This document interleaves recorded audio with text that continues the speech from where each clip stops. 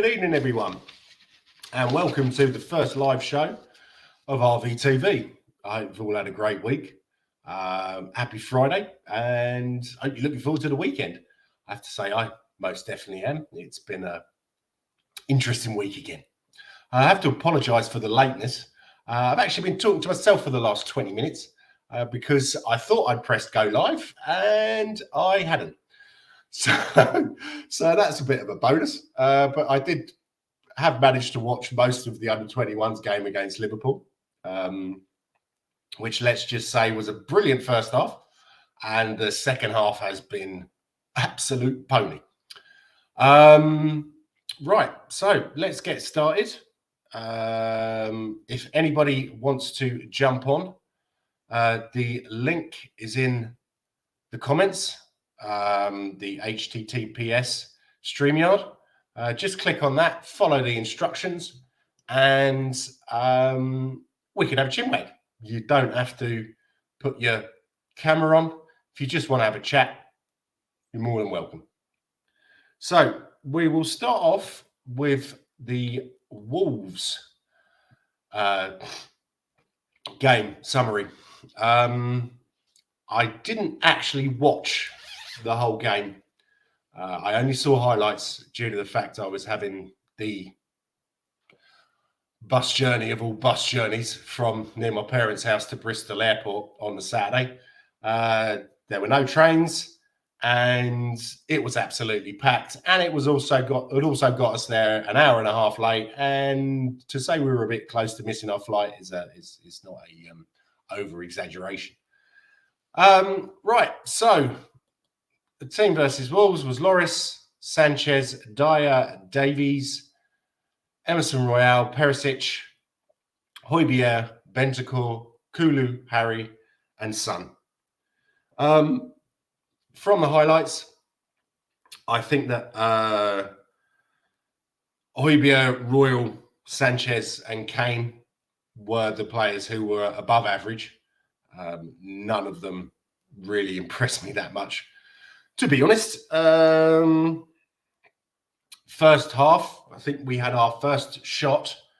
I don't know if it was on target. I think it was. I think it was a decent one from Harry on the 44th minute, whereas Wolves proceeded to have 12. Most of them from outside the box. Nothing really worrying us, but not creating that much is starting to play on my mind a little bit. But second half, they obviously got a rocket in the dressing room, and we peppered their goal from the very beginning. The winner from Harry was a lovely header over, a lovely setup from Perisic, and Harry nodded it into the back post. It wasn't a great performance, but you have to be happy that when you don't play well and you're still winning, it's a sign of a decent team. So 3 points is 3 points. Lovely jubbly. So next up, we've got a short report of Man City under-21s against Spurs under-21s. That was played last Sunday. Ended up 0-0. Team was Maguire in goal, Ashcroft right back, Muir, Sayers centre back, Sesse left back, John, Craig and Donnelly central midfielders, Mundle, Santiago and Mathurin up front. Mundle on the right, Mathurin on the left, Santiago in the middle. It kind of surprised me when I saw that Santiago was playing as a centre forward. I always thought he was a winger, but he did actually do pretty well. There was a possible penalty, and I think it was around about the 20th minute. Mundle was brought down. Referee got that wrong. The 38th minute, he got something else extremely wrong. He sent off one of the Man City players for a foul on Mundle, which, as far as I'm concerned, it was a yellow card. I would have been very displeased if that had gone against us. Didn't really do an awful lot for the rest of the first half. In the second half, in the from the 54th to the 59th minute, we probably should have had a goal. Donnelly had a great chance. Mundell had a couple of good chances, and Santiago had a chance saved after a decent free kick in. But on the 62nd minute, Maguire, who I have to say I really like the look of, young chap from just down the road. I know we don't tend to bring through goalkeepers very often. It was the last one, Tony Parks. Or sorry, Ian Walker. Yeah, Liverpool almost got a winner there. That was close. But this guy looks confident. He's mature in every game I've seen him. He is really skillful on the ball against. I think it was Chelsea. He came out, or no, sorry, that was the other guy, the new guy we bought from Ireland. But he's a big fella. He's agile, decent distribution as well, which is something we haven't had in a while. No disrespect, Hugo, but your kicking's never been brilliant. So it'd be nice to see if he can get anywhere near the bench on occasions. Maybe even play a cup game. Maybe it's a bit too early. We should wait and see. For the rest of the match, on the 69th minute, Santiago made a great tackle in midfield to stop the City attacker going one-on-one with our goalkeeper. In the 81st and the 90th minute, Mundell had a great chance, but there wasn't enough help. And then Robson was close from a corner in the 90th. Standout players for me were Mundell, Santiago, and Maguire. I don't really see anyone, and that's full time at Stevenage, the Lennox Stadium, and it's 3-3. Very disappointing that we go 3-0 up at half time. Then we get an injury to Sayers and we fall apart in the second half. And yeah, to be honest, the Scousers probably should have won it. So yeah, anyway. As I was saying, I don't think there's really anyone who is decent enough to, or who looks like you think he's going to be the next big thing. There's no one there like, Skippy, who you could see was going to make it. Even Winksy, he wouldn't say head and shoulders above the rest, but he was always better than the rest. This group, Niall, John, could be a possibility. I think he really needs to come on leaps and bounds, and he needs to go out on loan again. Played pretty well today. Could have won it for us in the 85th minute, but whacked it extremely wide. So, yeah, I wouldn't get too excited about getting any players in from the under-21s just yet. Okay, next up, we have a preview of Nottingham Forest. I spent a very happy few months in Nottingham back in the end of 98, till June 99 at Nottingham Trent University. Lived in Hyson Green, which was the local red light district. So that was kind of an amusing place to stay. And that during that time, I had my first and last Nottingham City Ground visit. It was a terrible game. We'd all had a few beers beforehand.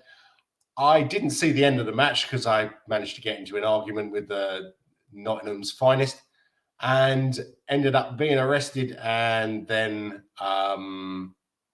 banned from the City Ground for life. But anyway, that's the story for another time. You live and learn.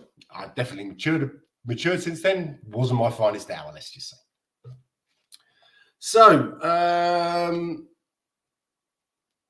from what I've read, I don't know if they've signed anyone else today. They've signed a whopping 16 players already this summer transfer window. Notable amongst those is our Jesse, Lingard from United. Also, Dean Henderson, very highly rated goalkeeper. Gibbs White from Wolves. I've always thought he was a really decent player. I remember a few seasons ago when he came on against us, I think, or maybe he might have started the match, and he tore us a new arsehole. He was absolutely brilliant. I would have personally liked to see him come to Spurs, but yeah, he probably wanted to go to a team where it's more likely that he's going to get regular minutes. Neco Williams from Liverpool, that surprised me a little bit. I thought he was on the cusp of getting into the Liverpool first team. However, I suppose he's got Robertson. I think he plays in Robertson's side. And yeah, I don't think he's going anywhere for a few years. And then last but not least, Dennis from Watford. My best mate's a Watford fan who grew up near Watford. I have to say, I went to a Watford game before I actually went to a Tottenham game with my old mate, James Smith. His dad used to take us quite regularly. It was always great fun under the lights. He was highly rated at Watford. But I think after the relegation, he wanted to play in the Premiership. And when Forest came in with a decent offer, he thought, yeah, thank you very much. Don't know how long they're going to last in the Premiership, but yeah, that's another story. They've also been linked to a few of our current and former players. They were linked to Tangangster. They were linked to Winksy before, I believe it's been agreed that Winksy is going to Sampdoria. I think Winks wanted to stay in the Premiership or England, but I don't think there was a concrete offer from them. So he's off. Thank you very much for that game against Real Madrid, Winksy, but I'm not your biggest fan. I don't think you've ever replicated that kind of form. And the stories that have come out about your behaviour in the dressing room, if they're true, then I find that disgusting. But anyway, they've also been linked with Serge Aurier. Good old Serge, who could go from world class in one half to the second half, looking like a Sunday League forward, Sunday League player who'd had 15 pints of Peroni and a chicken madras the night before. Still, I quite like the bloke. It'd be nice to see him back in the Premiership, and you can pretty much guarantee that we'll get a goal out of him. They really are a Sun reporter's wet dream, Forest, with all the players that they've been linked with and all the players that they've bought. So on to their tactics, how Mr. Cooper likes to set them up. They usually play in a 3-4-1-2 formation. Here's my predicted lineup for them at the bottom of the screen. Williams and Toffolo are their attacking wing-backs. They've got a fair bit of height in the team. And I think they'll try and exploit this with Williams' crossing, because that is one of his strengths. And also from set pieces. They're quite similar to us. They like to play on the counter-attack. And they do have a fair bit of speed. Toffolo and Williams are pacey players. The centre-back three, they lost in Ikiti. I'm not sure how to pronounce that. And he was, I think, probably their best centre-back. So Steve Cook has come in and deputised for him. He has plenty of experience with Bournemouth, although he is getting on a bit now. So that'll be interesting to see. Their other two are McKenna and Worrell, centre-backs. Neither of them have any Premiership experience before this season. Both came from Scotland. So I think that Kane and Co are going to cause them a fair few problems. We probably don't want to hit too many balls high because they are strong in the air, and Cook is as well. but I think will be too mobile for them. In central mid, I think they'll play Mangala, who he can play defensive midfielder or box to box. Very highly rated. Apparently, the Gooners were interested in him. There was a lot of other interest from Premiership teams, but he chose to go to Forest. Maybe there weren't any concrete offers for him. And then O'Brien is he's more of a playmaker. He's a great passer of the ball, and may cause us a few problems if he's not shackled by Højbjerg or Bentancur. Attacking midfield, I think they'll go with Arjeshe over Gibbs-White. Lingard has that Premiership experience, and I think that he will.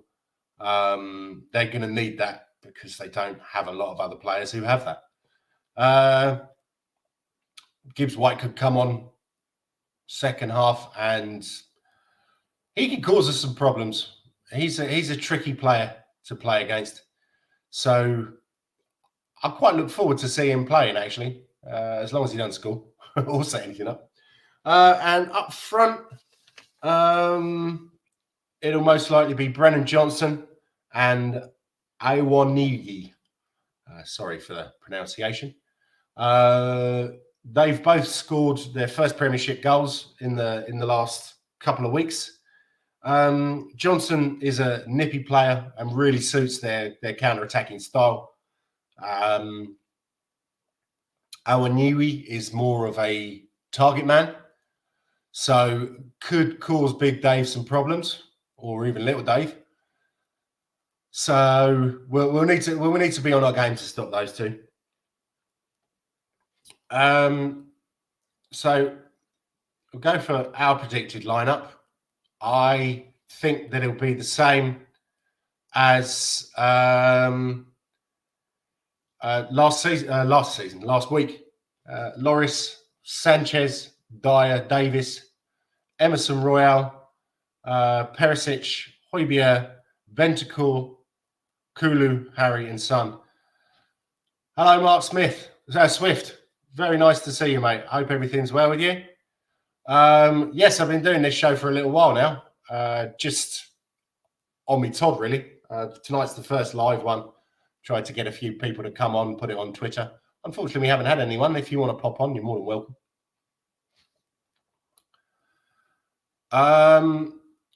So where was I? In regards to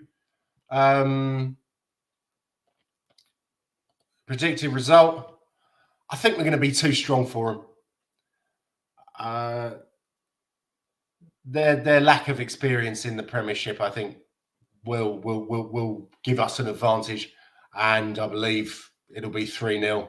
Kane twice, and the ginger from Sweden with a 30-yarder into the top corner. So let's carry on with the news from yesterday, the Champions League group. I have to say I was very happy with that, due to the fact that Frankfurt is about 4 hours on the train from where I live in Amsterdam. And if I could get some days off, I think I might go over there. So if any of you are heading over, let me know, and we can have a lager or 12. It will be good. It'd be good to meet some of you. Hello, Bob Spur TV.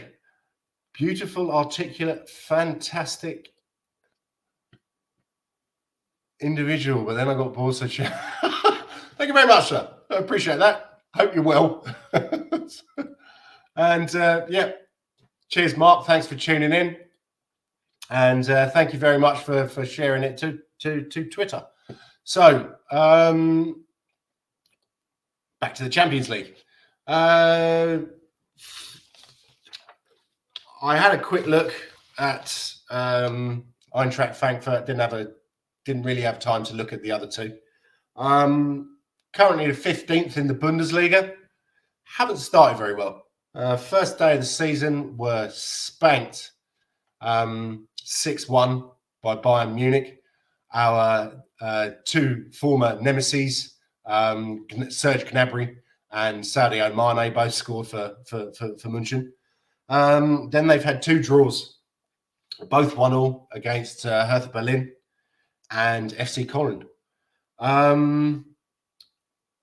The players to watch out for is the first one is Indica, who's a French fella, 23 years old, very highly rated. Apparently, we've been sniffing around him, and a number of other teams in the Premiership and also Spain. Big fella, solid, good in the tackle.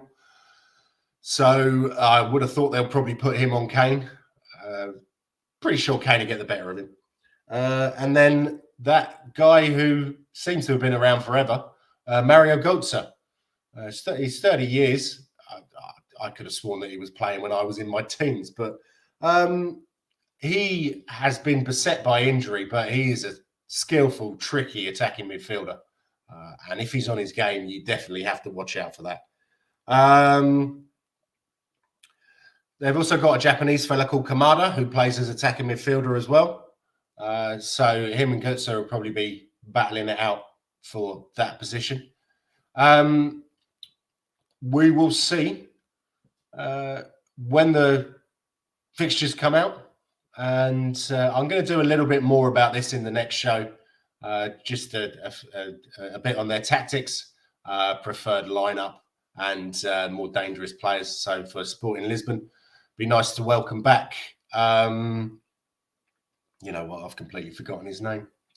The guy who was going to be the next Ronaldo, but wanted to leave and went off to a Portuguese team, and then has joined Sporting Lisbon and is apparently playing very well. Playing as a number 9 or a false 9, and is getting rave reviews. Marcus Edwards, that's the one. I knew it would come to me. Right, so on to the last bit of the show. If anybody wants to join in, please click on the link in the comments. You're more than welcome, and we can have a bit of a natter. Otherwise, I think I'm going to wrap this up after this next bit of transfer news. Okay, so transfer news and any other old tosh. There was an update on Spurs community on Wednesday from Trix, who is one of the better known in the know guys, and is usually pretty reliable. So he said 1 week to go, and there's a lot going on. Lots of players are being linked, and a few more that have not made the media.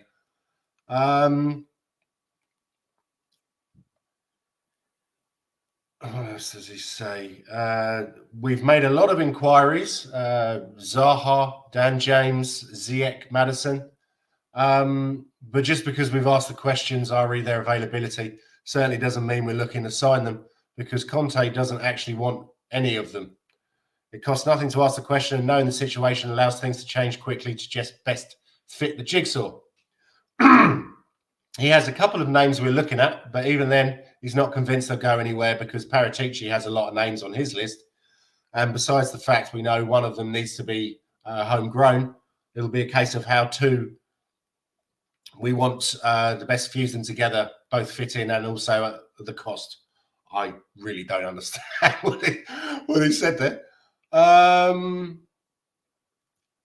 So, to be honest, that means there's a lot of irons in the fire, but nothing solid. I wouldn't be surprised if we do get a centre-back before the window ends. I think, well, if the first choice isn't there, I suppose we've got Longley to cover. I will be sad to lose Tanganga, but if he wants to go and he wants to go to AC Milan, I mean, that'll be an experience of a lifetime for him. I always liked the way that he played. It's such a cool character, good in the air and really strong, great tackler. So it will be a shame to lose Tanganga. as I said earlier, see you later, Winks. Don't let the door hit you on the arse when you leave, which I'm pretty sure it hit Undon Bailey on his arse when he left because he's so bloody slow. So good riddance. I hope you don't come back. I hope they buy you. Absolutely cracking goal against Juve's under-20 or Juve reserves the other day. Let's see if he can actually do that in a proper match and keep going for the whole season. Right, so if you are watching, thanks for tuning in. I am trying to do this as regularly as possible, hopefully weekly. If I do get time, I'll try and do it bi-weekly. Let me know if anyone wants to link up to do a live show. Otherwise, I'll just keep doing the videos that I've been doing currently. So everybody enjoy your Friday night or wherever you are in the world, whatever time of day it is. Enjoy and have a great weekend. And come on, you Spurs. You know me.